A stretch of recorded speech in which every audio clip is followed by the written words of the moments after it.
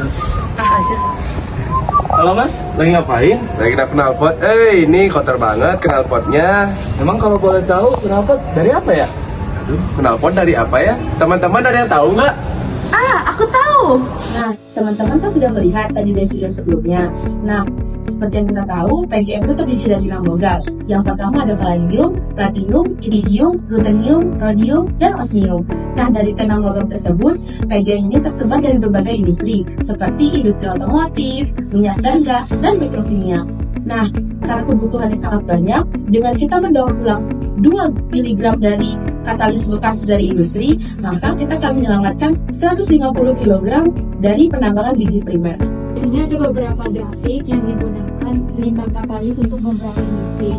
Nah, yang paling banyak digunakan adalah otomotif karena karakteristiknya ada aktivitas katalitik yang tinggi, kestabilan kimia yang inert, ketahanan korosi yang baik, juga stabilitas termal yang baik. Nah, di sini ada perkiraan hilang minyak di balongan di Indonesia yang dimana maskapai 60, 30, 500 dan 2000. Ya, nah tapi sayangnya di sini pemanfaatnya sangat minim karena terbatasnya teknologi yang digunakan untuk pemulihan. Nah, teman-teman, jadi prinsip recycling dari PGM ini, dari katalis, menggunakan 3 metode metodologi, yaitu menggunakan elektrometalurgi, hidrometalurgi, dan pirometalurgi. Nah, yang pertama kita membahas dari segi elektrometalurgi. Nah, di recycling PGM itu menggunakan impact electrochemistry, yaitu berprinsip ion Pd2+ akan direduksi menjadi ion dari Pd atau Pd solid di CPNP. Jadi itu sama seperti electrorefining ataupun electrowinning. Nah, kelebihannya proses ini berlangsung dengan larutan netral ramah lingkungan sehingga tidak mengeluarkan emisi sama sekali. Namun keterbatasannya itu memerlukan larutan yang optimalisasi reaktor sehingga dia memerlukan kecepatan tumbukan dan tidak recovery menjadi tinggi. Kemudian kita memiliki metode hidrometalurgi. Nah, untuk merecycling PGM dari hidrometalurgi menggunakan metode TLPS atau Tri-Liquid Phase System. Nah, jadi Tri-Liquid Phase System ini menggunakan 3 fase larutan, yaitu ada larutan cair, kemudian larutan polimerik, dan larutan organik. Nah, ketiga larutan tersebut memiliki fungsi masing-masing, yaitu larutan cair untuk melarutkan LHCl6 3-, kemudian larutan polimerik untuk menangkap logam-logam yang selektif, dan yang terakhir ada larutan organik untuk mengambil si platinumnya sehingga platinumnya bisa direcovery dari katalis PGM. Nah, untuk kelebihannya si larutannya itu sangat ramah lingkungan sehingga tidak menimbulkan buangan, dan larutan tersebut bisa digunakan kembali untuk proses recycling berikutnya.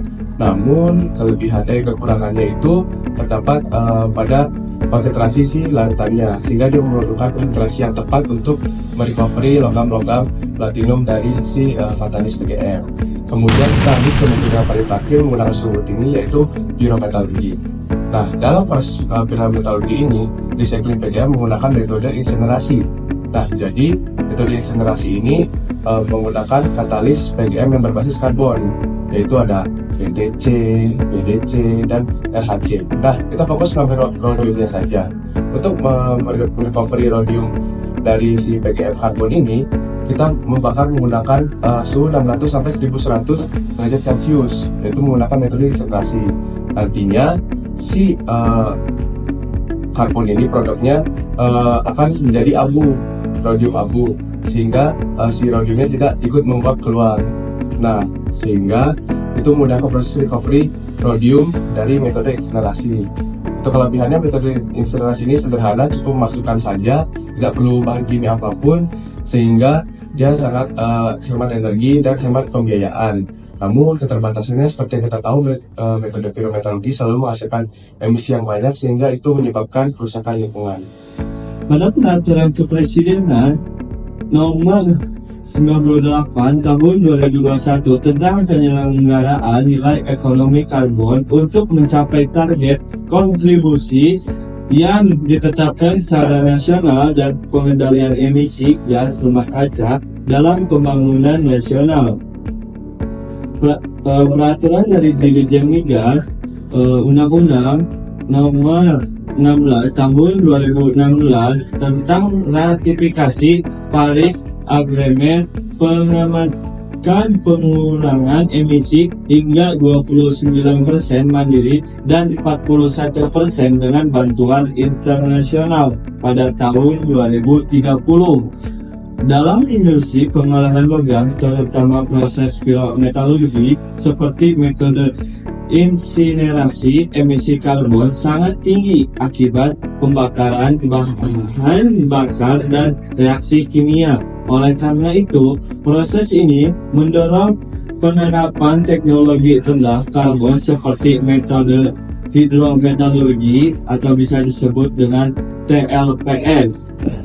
Baik, di sini terdapat data-data yaitu dari market balance PGM, platinum, palladium, dan rhodium.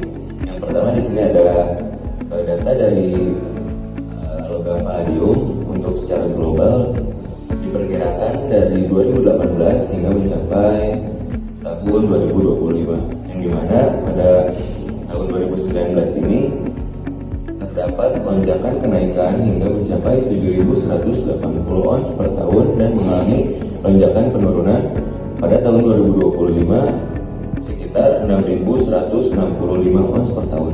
Kenapa bisa mengalami lonjakan penurunan?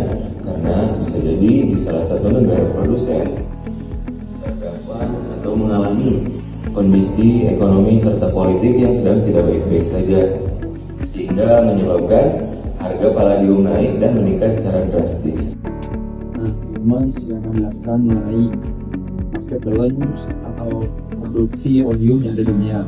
Data ini diambil dari 2012 sampai kegiatan 2025, di mana di data ini bisa dilihat yang mendominasi penyuplai terbesar untuk minyak itu berasal dari Afrika Selatan, hampir 80% dari Afrika Selatan, yang mana pada tahun 2021 mengalami kenaikan. Hal tersebut disebabkan pada tahun 2021 mengalami peningkatan yaitu permintaan global yang tinggi. Nah, pada tahun 2025 mengalami penurunan yang sangat drastis disebabkan karena produksi yang mulai sulit dan permintaan global yang begitu meningkat dan permintaan industri otomotif yang semakin melonjak juga. Di sini saya akan menjelaskan mengenai market balance atau produksi platinum yang ada di dunia, di mana data ini tuh diambil dari sekitar 2018 sampai 2025.